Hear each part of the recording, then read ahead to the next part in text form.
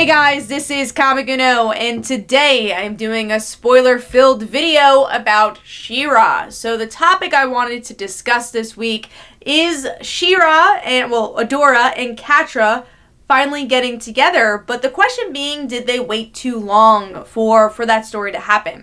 Now, one of the things I loved about the premiere of this show, the first episode and all the way to the last, is Catra and Adora's relationship. I think that's what made the show so special, is that game of cat and mouse in a way of, are they going to get together? And I will say, as like season 3 or season 4 came along, you did want to, I would say you were a little frustrated with Catra, where you're just like, okay, why is she not turning to the good side already? I do feel, if there is any negative to the way the relationship did develop, is it did take too long. So, but was it too late? No.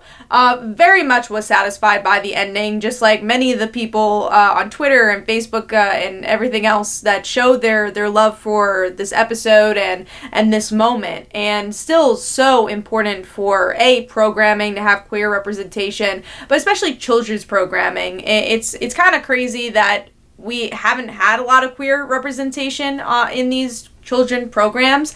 Really just in recent years we've been getting it, like with the Loud House and Steven Universe and of course She-Ra, Legend of Korra, but it's still like a phenomenon, and because we don't have it much, and that's why this kiss and this relationship is so important. And one of the complaints, I guess, is that why do we have to wait till the end? Like, you definitely want to see this explored, and I think that is the negative of waiting till the end.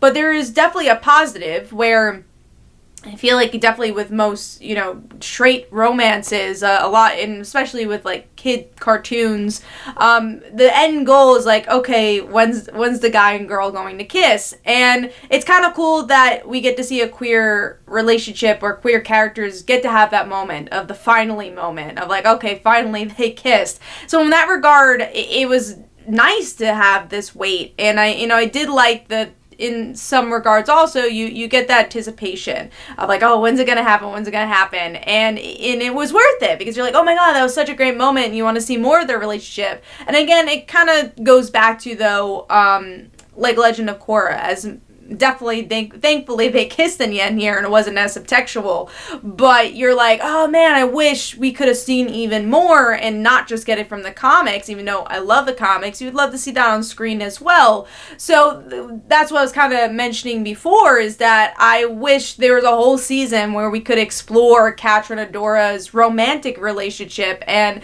the struggles and the positives and everything in between that goes along with that in a season, and I think that would have been nice. So, overall, I guess my answer to the question is, I kind of wish we had another season to kind of explore everything. I do think it took a little while for it to happen, and I wish it happened a bit sooner pacing-wise.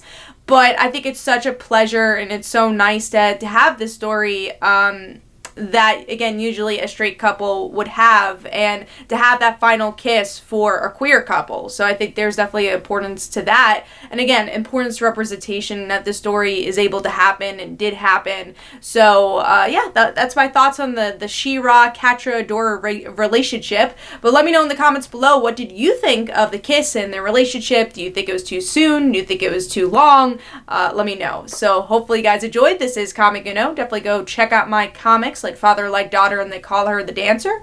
Every Tuesday at 10 p.m. Eastern Time is our comic book podcast, Comic Book Weekly, if you want to go check that out. And also follow me on Twitter and Facebook. All right, guys. See you later. Bye.